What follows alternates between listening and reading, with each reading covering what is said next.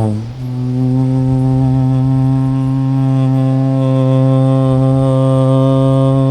नमः सिद्धेभ्यः।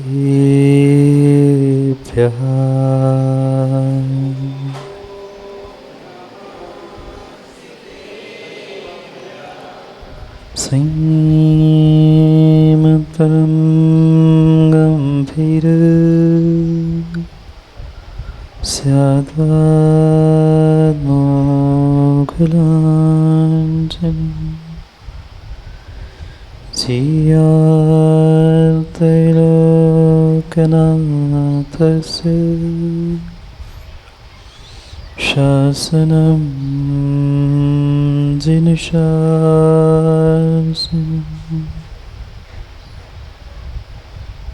जय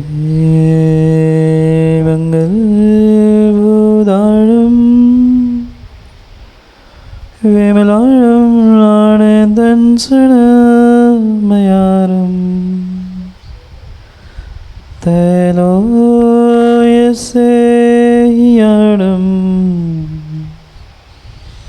प्रणमोऽस्यसर्वसिद्धारम् नमो हरिहन्ताणं नमो सिद्धाणं नमो आयर्याणं नमो वज्रायाणं नमो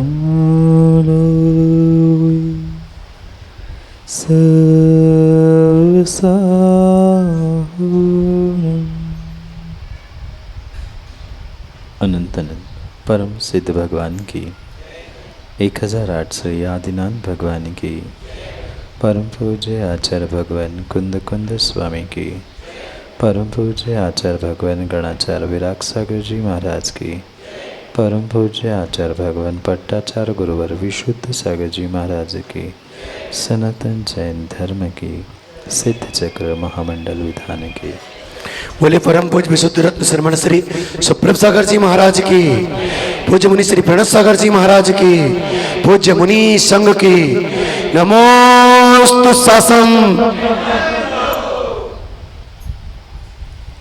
अंत निर्देश वर्धमान स्वामी के शासन में हमसे विराजते हैं और उनकी ये पावन पीयूष देशना हम सभी के लिए परम उपकारी है। अनादिकाल से हमारी इस आत्मा में जो जन्म जरा और मृत्यु रूपी रोग लगे, उन रोगों का उपशमन करने वाली कोई परम औषधि है तो वह एकमात्र यह जिनवाणी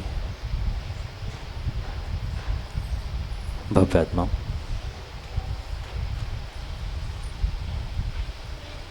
व्यक्ति कई बार अपने तीव्र पुण्य के उदय में अहंकार के कारण अपना सर्वस्व अपना जीवन समाप्त कर बैठता है, क्योंकि जब तीव्र पुण्य का उदय होता है तब व्यक्ति को ये भान नहीं रहता कि मैं जो आज इस स्थान पर पहुंचा हूँ, जिस बात का मैं अहंकार कर रहा हूँ, घमंड कर रहा हूँ, यह हमेशा मेरे साथ रहने वाला नहीं है। चाहे व्यक्ति का रूप का अहंकार हो, धन दौलत नाम शोहरत रिद्धि का हो, तप धर्म साधना का क्यों ना हो, अहंकार जहाँ भी होगा, मान कसाय जहाँ भी होगी, वहाँ नियम से अधोगति की ओर ही गमन होता है। पर क्या करे जीव, जब पुण्य के उदय में उसे सब सब साधन सुलभ मिलते हैं, सब सहजता से उपलब्ध होता है, वो माँ भूल जाता है कि आज तो मुझे सब कुछ मिला, पर कैसे मिला,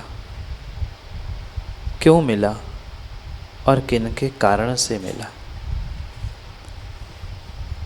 और शायद इसे भूलने के कारण से ही व्यक्ति अहंकार में डूब जाता है। ये पक्का मानना कि जीवन में बाहर का कितना ही बड़ा शत्रु क्यों ना हो, पर वह शत्रु अनमोल उतना घातक नहीं है जितना घातक व्यक्ति का अहंकार है। चाहे आगम ग्रंथों के, पुराण ग्रंथों के इतिहास को उठा के देखना, भारत देश के इतिहास को उठा के देखना, या वर्तमान की भी स्थिति को देखना, जिन जिन ने अभिमान किया है, जिन जिन ने अहंकार किया है, उनके घर दिया ना बाती। रावण की बात सुनी होगी ना। क्या रावण इतना मूर्ख था कि नहीं जान पा रहा था राम जैसे चरम शरीरी को मैं जीत पाऊंगा नहीं पाऊंगा? पर अंतरंग में मात्र इतना सा अहंकार था कि मैं विद्याधर हूँ, मैं इतना सेना का अधिपति हूँ, मैं त्रिखंडाधिपति हूँ, मैं तो राम को यूं ही जीत लूँगा। क्योंकि कितना ही बल और कितना ही धन और कितनी ही शक्ति क्यों ना तुम्हारे पास हो, ये जीवन में कभी भूलना नहीं चाहिए कि सर्वशक्ति से भी शक्तिमान अगर कोई है, संसार की प्रत्येक शक्ति में अगर सबसे बड़ी शक्ति माँ कोई है तो व्यक्ति के पुण्य की शक्ति है। आज जो धन दौलत साधन सामग्री ये निमित्त ये जो कुछ भी प्राप्त हो रहा है वह मात्र और मात्र पुण्य के कारण से हो रहा है, और पुण्य ही व्यक्ति को अहंकार के लिए निमित्त बनता है, और पुण्य ही उस व्यक्ति के लिए आत्म कल्याण के लिए निमित्त बनता है। बिना पुण्य के उदय के, बिना पुण्य प्रकृति के उदय के कोई भी मिथ्या दृष्टि जीव सम्यक दृष्टि नहीं हो सकता।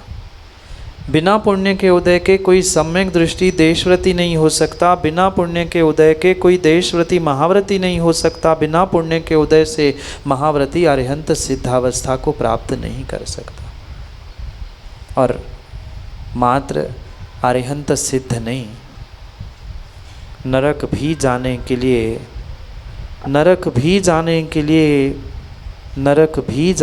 लिए मैं तीसरी बार कह रहा हूँ, ज्ञानियों, नरक भी जाने के लिए पुण्य ही चाहिए। आज तक तो यही सुना था कि महाराज पाप करने वाला नरक जाता है। आप क्या कह रहे हो, गर्मी तो नहीं चढ़ गई? हकीकत यही है, पाप करने वाला तो नरक जाता है। पाप करने वाला तो नरक जाता है, पर नरक में भी जो व्यवस्था बनाई है, पहला नरक, दूसरा नरक, कितने नरक है माँ? जोर से बोलो ना, आवाज़ नहीं आई। कितने जानते हो? कौन से नरक जाना है? 1 2 3 नहीं जाना? कहाँ जाना है? जाना कहाँ है? कहीं भी जाने की तैयारी हो, कहीं भी जाने की बातें कर लेना, पर ध्यान रखना, नरक जाने वाला पाप तो करता है, पर जितने नीचे नीचे नीचे के नरकों में जाता है वो उतना ही पुण्यात्मा होता है। ऐसा जिनागम का सिद्धांत है। जो जीव 7 राजू ऊपर, यानी मध्यलोक से 7 राजू ऊपर सिद्धशिला है, और 7 राजू लगभग नीचे वह 7वां नरक है। उस 7वें नरक जाने वाला कोई पापी नहीं होता। 7वें नरक जाने वाला जो जीव होता है वह विशेष विशेष विशेष पुण्यात्मा होता है। आगम में आचार्य भगवंत लिखते हैं जो सिद्ध बनने की शक्ति रखता है, उसी पर्याय में जो जीव सिद्ध बनने की शक्ति रखता है वो ही जीव उस पर्याय में 7वें नरक में जाता है। आप हम 7वें नरक नहीं जा सकते। सबके चेहरों पर बहुत बड़ा प्रश्न चिन्ह दिख रहा है। इतनी जल्दी समझ में नहीं आएगा, और आ ही जाता तो फिर क्या नहीं होता।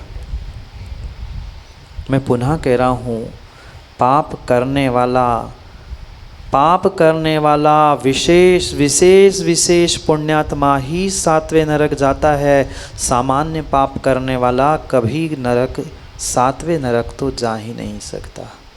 पचने में टाइम लगेगा पर पचाऊंगा।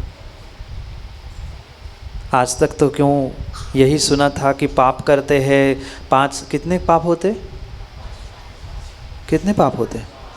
नहीं, मुझे याद नहीं, इसलिए आप लोगों से पूछ रहा हूँ। कितने होते जानते हो? कौन से? सिखा दो, मतलब बता दो। हिंसा, झूठ, चोरी, कुशील और परिग्रह, इन 5 पापों को, जो 5 पापों को करता है नरक जाता है। ये भी शायद आप लोगों को बोलो ना, नहीं पता? छाबड़ा जी पता है, दुनिया जानती है। हम यहाँ बैठे इतने ही नहीं, पाप करने वाले, हिंसा करने वाले और सब गलत काम करने वाले भी जानते हैं। पर पुनः मैं कह रहा हूँ ज्ञानियों, मात्र 5 पाप करने वाला वह पुण्यात्मा ही 7वें नरक जाता है। कभी पापी पाप कर नहीं सकता। कुछ समझने में, हजम करने में, पचाने में कठिनाई जाएगी ज़रूर, पर सब सीधा सीधा मिल जाए तो फिर मज़ा किस बात का? मनोज भाई, कुछ समझ में आ रहा है क्या? कहाँ जाना है? पुण्यात्मा हो कि पापी हो? हैं? आप लोग कौन है? पुण्यात्मा हो कि पापी हो? माँ बोलो ना जोर से। अब महाराज फंसा दिया आपने, पापी कह नहीं सकते, पुण्यात्मा को नरक भेज रहे हैं, पाप को तो पहले ही नरक की कर दिया। अब कहे तो क्या कहे? कुछ कहो ना कहो, पर हकीकत को समझने का प्रयास करना। जिसका क्षीण पुण्य है वह विशेष पाप नहीं कर सकता। थोड़ा सा लॉजिकली समझने का प्रयास करना। जिसके पास अनमोल 2 समय के भोजन की व्यवस्था नहीं है, उसे गरीब कहोगे ना? भिखारी 1 समय की भीख मांगकर खाता है, वह पाप भी करेगा, धन की आकांक्षा भी करेगा, परिग्रह के बारे में भी विचार करेगा, झूठ भी बोलेगा, हिंसा भी करेगा। तो माँ कितनी करेगा? 2 समय के भोजन तक की। पर जिनकी करोड़ों की जायदाद है, क्या उनके पास 2 समय का भोजन नहीं है? समझने का प्रयास करो। जो जितने अल्प पुण्य के उदय से वर्तमान में दुखों को, कष्टों को, समस्याओं को, पापों के फल रूप दरिद्रता का भोग रहा है, वह कितना ही सोचे तो ज़्यादा से ज़्यादा वो 1000 लाख तक सोचता है। पर जो अरबपति खरबपति है वो 2 समय का नहीं, 2 पीढ़ी का नहीं, 7 पीढ़ी का भी एकत्रित करके रखा है, तो भी दिन रात मर के पैसे कमा रहा है। अब बताना पुण्यात्मा पापी कौन है? भले ही पाप के उदय में, तीव्र पाप के उदय में वह दरिद्री अवस्था को, भिखारी अवस्था को उसने प्राप्त कर लिया, पर ध्यान रखना वो कितना ही पाप कर ले उतना पाप नहीं कर सकता जितना कि 1 करोड़पति कर पाता है। आप समझ रहे हो बात को? उस करोड़पति के लिए घर, मकान, गाड़ी, घोड़ा, नौकर, चाकर, बिल्डिंग, फैक्ट्री, दुकान और पता नहीं कितना सारा उसने परिग्रह जोड़ लिया। आज के परिप्रेक्ष्य में भले ही उस धन दौलत जोड़ने वाले को पुण्यात्मा और बहुत बड़ा आदमी कहा जाता है, ध्यान रखना जैसे वह धन प्राप्त करने से पुण्यात्मा है, ऐसा ही पुण्यात्मा नरक जाएगा। ये तो बात आप समझ रहे हैं ना? 5 पापों में से 5वां पाप जोर से बोलो। पांचवा पाप, और जितना ज़्यादा परिग्रह होगा उतना स्वर्ग में जाएगा। कहाँ जाएगा जानते हैं आप लोग? जितना ज़्यादा परिग्रह रूपी पाप होगा उतना उतना उतना नरक जाएगा। अब समझने का प्रयास करो, वर्तमान में परिग्रह सबसे अधिक कौन कमा रहा है? पापी भिखारी कि करोड़पति पुण्यात्मा? बोलो ना, कौन नरक जाएगा? कौन नरक जाएगा? अभी तो कह रहे थे पुण्यात्मा नहीं जाएगा, अभी तो बात पच नहीं रही थी कि कोई पुण्यात्मा नरक जाएगा। वर्तमान में जिसने पुण्य को भोग रहा है, वर्तमान में पुण्य के उदय में जिसने सब कुछ प्राप्त किया है, सबसे अधिक झूठ बोलने वाला भी तथाकथित धर्मात्मा ही होता है।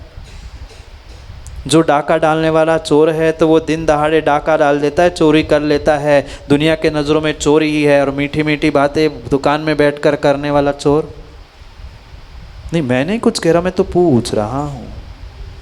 बोलो ना अनमोल, झूठ तो हम बोलते ही नहीं है दुकान में। माँ मायाचारी हम घर में बिल्कुल नहीं करते, जानते ही नहीं होंगे मायाचारी क्या होती है। सोचना, विचार कर लेना। आज पुण्य के उदय में, तीव्र पुण्य के उदय में ही सर्वाधिक व्यक्ति पाप कर लेता है, और वही पुण्य के उदय में किया हुआ सर्वाधिक पाप व्यक्ति को नरक ले जाता है। भिखारी कितना ही पाप कर ले, कितना ही परिग्रह जोड़ ले, उसकी उतनी पुण्य की कैपेसिटी ही नहीं है, उतना उसका पुण्य ही नहीं है कि वो करोड़ों के और अरबों के महलों में रहे। पर जो करोड़ों अरबों खरबों के महलों में रह रहा है और उसके सपने भी उतने बड़े हैं, उसके पाप भी उतने बड़े हैं, उसका व्यापार भी उतना बड़ा है, उसका दिखावा भी उतना बड़ा है, पाप किसको ज़्यादा लगेगा? करोड़पति को कि माँ कोई रोड पर भीख मांगने वाले भिखारी को? बोलो ना, रोडपति की करोड़पति? जानते हो, फिर भी सबकी स्पर्धा है कि हमें करोड़पति बनना है। कोई धोखे से कह दे रोडपति तो फिर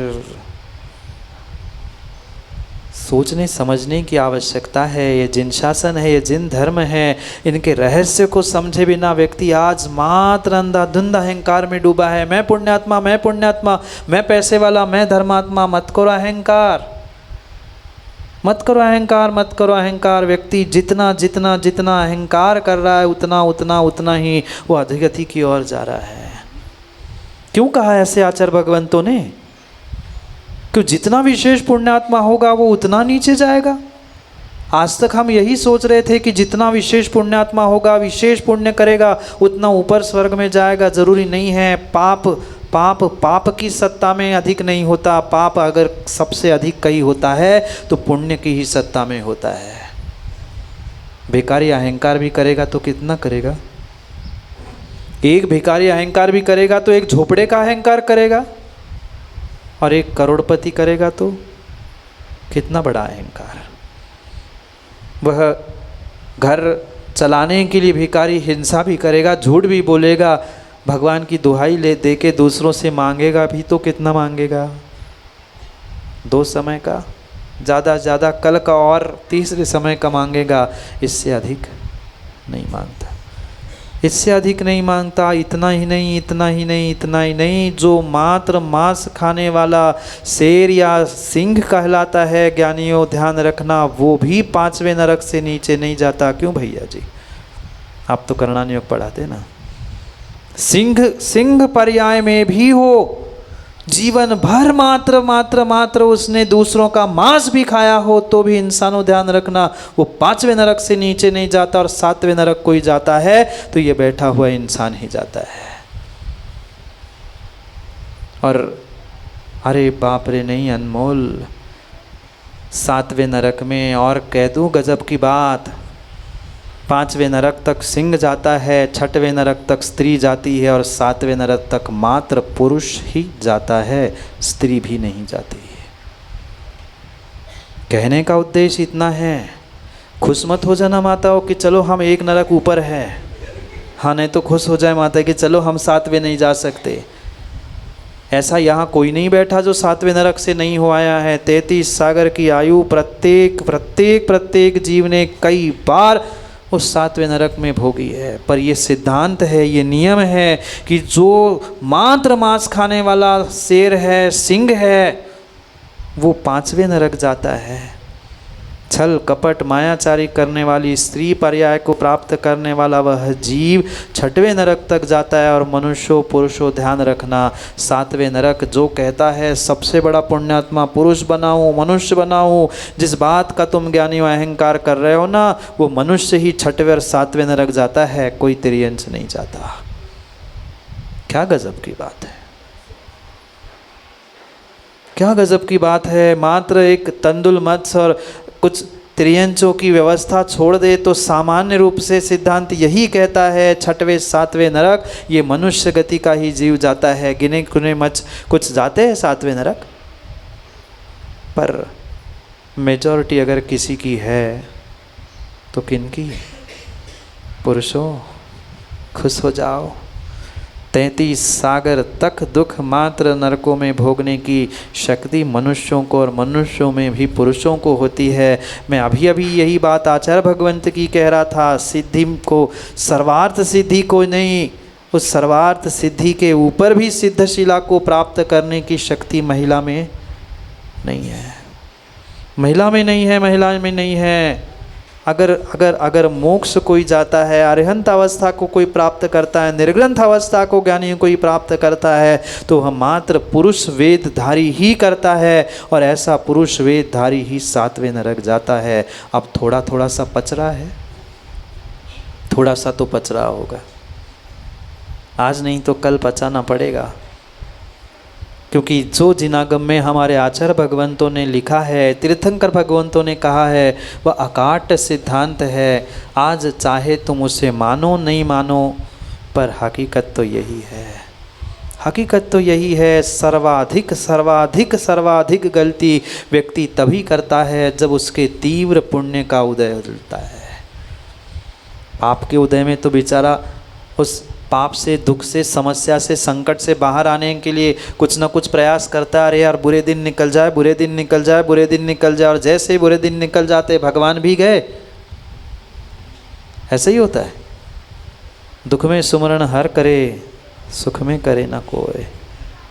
दुख के समय में तो भगवान गुरु सब याद आते हैं, पर अच्छे दिनों में हमें कोई याद नहीं आता। और यही कारण है कि उस अच्छे दिनों में व्यक्ति पुनः गलती और पुनः गलती करते हुए उस तीव्र दुखदायी योनियों में, नरकों में तड़पने लगता है।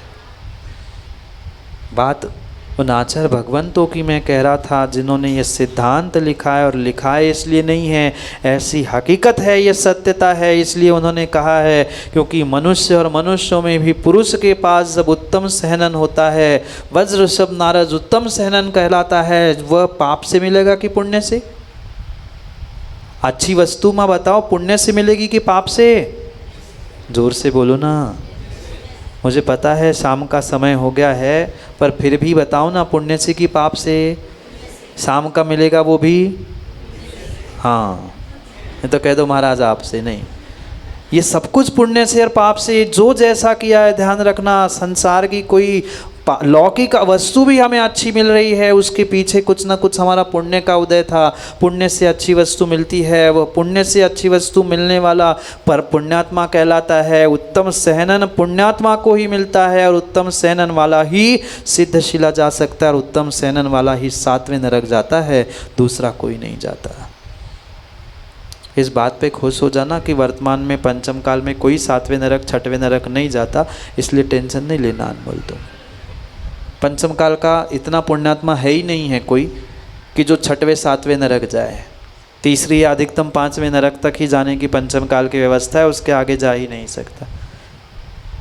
पर ये ध्यान रखना, जब भी जाएगा वह पुण्यात्मा जो अपने पुण्य पर इतरा रहा है, अहंकार कर रहा है, मैंने किया, मैं ऐसा, मैं वैसा, मैं इतना बड़ा, करते रहो। करते रहो। सबसे बड़ा शत्रु ज्ञानियों तुम्हारा भीतर बैठा हुआ वह अहंकार है। सामने वाले की क्या, संसार के किसी की भी फिर सच्चाई वह अहंकार देखने नहीं देता। ठीक है, पुण्य के उदय से सब निमित्त सब कार्य सहज होताते हैं, पर पुण्य के निमित्त से मिले हुए इन सहज निमित्त सहज साधनों को इतनी सहजता से ग्रहण करो, इतनी सहजता से ग्रहण करो जिससे वह पुण्य तुम्हारे लिए पुण्यानुबंधी पुण्य रूप फलीभूत हो। नहीं तो तीव्र पुण्यात्मा ही, अब और कुछ समझ में आई कि नहीं आई माँ बात? तीव्र पुण्यात्मा ही नरक जाता है। पापी नरक जाए ज़रूरी नहीं है, पर जितना विशेष पुण्यात्मा होगा, ज्ञानियों जीवन में अगर सबसे अधिक संभलने का कोई समय होता है तो जब पुण्य का तीव्र उदय आता है तभी व्यक्ति को संभलने की आवश्यकता है। फिसलन वही होती है जहाँ चिकनाई होती है। पुण्य की चिकनाई इतनी ऐसी अहंकार बढ़ा देता है कि अरे मैं पुण्यात्मा, मैं ऐसा कर रहा हूँ, मैंने ये किया, मैंने वो किया। हो गई फिसलन। तुमने ही अपने घर में फिसलन और तुमने ही अपने घर में सुंदर टाइल्स लगा के रखी, अब गिर पड़ो, तोड़ लो हाथ। क्या करें? ये जीवन की हकीकत है, संसार की सच्चाई है कि जब व्यक्ति तीव्र पुण्य के उदय के स्थान पर पहुंचता है तभी सबसे ज़्यादा संभालना होता है, क्योंकि संभलना ऊंचाई पे पड़ता है, ज़मीन पर नहीं। कभी गए शिखर जी आप लोग? बोलो ना, समय हो रहा है, जल्दी जल्दी बोलो। शिखर जी गए आप लोग? जब आप 13पंथी 20पंथी कोठी से निकलते हैं तब ज़्यादा संभलना पड़ता है कि पारसनाथ टोक के पीछे या चंद्र प्रभु टोक के पीछे जाने पर संभलना पड़ता है? नहीं गए आप लोग? कभी गए हैं? याद करो ना, चंद्र प्रभु की टोक जब सबसे ऊपर जाते और पीछे परिक्रमा लगाते, ऐसी हवा चलती है तब लगता है उड़ ना जाऊँ। चाहे पार्श्वनाथ भगवान की टोक हो, चाहे स्वर्णभद्र टोक हो, चंद्र प्रभु की टोक हो, वहाँ क्यों संभालना पड़ा? उतना हमें चढ़ते हुए प्रारंभ अवस्था में नहीं चढ़ना पड़ा, क्योंकि जितनी ऊंचाई होती है ज्ञानी उतना ही संभलना पड़ता है। पुण्य भी यही कह रहा है, तुम पुण्य के उदय से ऊंचाई पर पहुंचोगे, पर वहां पहुंचने पर ही तुम्हें ज्ञानी सबसे अधिक संभलने की आवश्यकता है, क्योंकि ऊंचाई पर पहुंचने पर ही मैं बेटा सबसे अधिक शत्रु बनते हैं। जितनी ऊंचाई होगी, चाहे पुण्य की, चाहे धर्म की, चाहे प्रशंसा की, चाहे किसी भी प्रकार की, उतनी ऊंचाई पर तुम्हें अधिक और सर्वाधिक संभलने की आवश्यकता है। अगर उस कोठी के सामने से ही गिर पड़ोगे तो माँ कितना सा लगेगा? थोड़ी सी खरोच आएगी, मुदी चोट आएगी, और वही किसी टोंक से गिरोगे तो कौन गिरा था भी पता नहीं चलेगा। ये सत्य जीवन में समझना। मैं ये नहीं कह रहा हूँ कि पुण्य प्राप्त नहीं करना चाहिए, पुण्यात्मा नहीं बनना चाहिए। पुण्यात्मा तो बनो, धर्मात्मा तो बनो, पर उस ऊंचाइयों को प्राप्त करने के बाद, कार्य सिद्ध होने के बाद इस अहंकार में मत डूब जाना कि हाँ मैं ही हूँ। पुण्य से सब सहजता से प्राप्त होगा, पर उस पुण्य से जैसे अच्छे भी विचार आते हैं, उतने ही बुरे विचार और बुरे निमित्त भी सामने आने की संभावना होती है। निर्णय हमें करना है कि ऐसी कंडीशन, ऐसी सिचुएशन में हमें अपने आप को कैसे संभालना है। क्योंकि वर्तमान में जिस अवस्था में हम हैं, जिस कुल में हम हैं, जो निमित्त हमें मिले हैं, ज्ञानियों ध्यान रखना, ये पुण्य की सर्वोत्कृष्ट चोटी पर हम हैं। क्योंकि मनुष्य बनना कोई पापी का काम नहीं है। जैन कुल मिलना ये भी कोई पाप का उदय नहीं है। सच्चे देवशास्त्र गुरु मिलना ये भी कोई पाप का उदय नहीं है। हमें तीर्थ भगवान की, अरहंतों की, सिद्धों की, गुरु की आराधना करने का मौका मिल रहा है माताओं, ये भी कोई पाप का उदय नहीं है। या जिनवाणी सुनने बैठे हैं, स्वाध्याय कर रहे हैं, ये भी कोई पाप का उदय नहीं। ये तीव्र और तीव्रतम पुण्य का उदय है। और ऐसे ही समय में टांग खींचने वाले, दर्पण दिखाने वाले और मज़ा लेने वाले बहुत सारे मिलते हैं। और ऐसी ही स्थिति में सर्वाधिक हमें संभलने की आवश्यकता है, क्योंकि रोड पर चलते चलते, समतल भूमि पर चलते चलते कितनी ही थोड़ी सी फिसलन हो, गिरावट भी हो तो नुकसान अधिक नहीं होता। पान ठेले की दुकान में, माना कि पान ठेले की दुकान में अगर कुछ आपत्ति विपत्ति आ गई, आग भी लग गई, कितने का नुकसान। पर सुदर्शन सोने चांदी की दुकान में, उस पान वाले की दुकान में वो कमाता भी है। दिन भर सुबह से 6 बजे से भी खोलकर 12 बजे तक भी खोल ले तो दिन भर में कितना कमाएगा? 5,000, 10,000। और सोने चांदी की दुकान में एक ही ग्राहक आ गया, सार्थक हो गया। सोचना, जितना अधिक प्रॉफिट होता है उतनी ही अधिक रिस्क होती है, और जितनी अधिक रिस्क होती है उतना ही अधिक प्रॉफिट भी होता है। यही जीवन की सच्चाई है। हम उन पुण्य के समय में अपने आप को संभालने का प्रयास करते रहे, जिससे हमारा भविष्य वह पुण्यानुबंधी पुण्य, यानी पुण्य को पुनः पुण्य में लगाने के रूप में हो। पुण्य हमारे लिए पापानुबंधी, यानी पाप नरक आदि गति में ले जाने के लिए नहीं हो। जाओ, समय हो गया है। कहाँ जाना है? नीचे? टाइम हो गया है। अरे टाइम हो गया है नीचे जाने का। नीचे के हॉल में कह रहा हूँ, नीचे नहीं। समय हो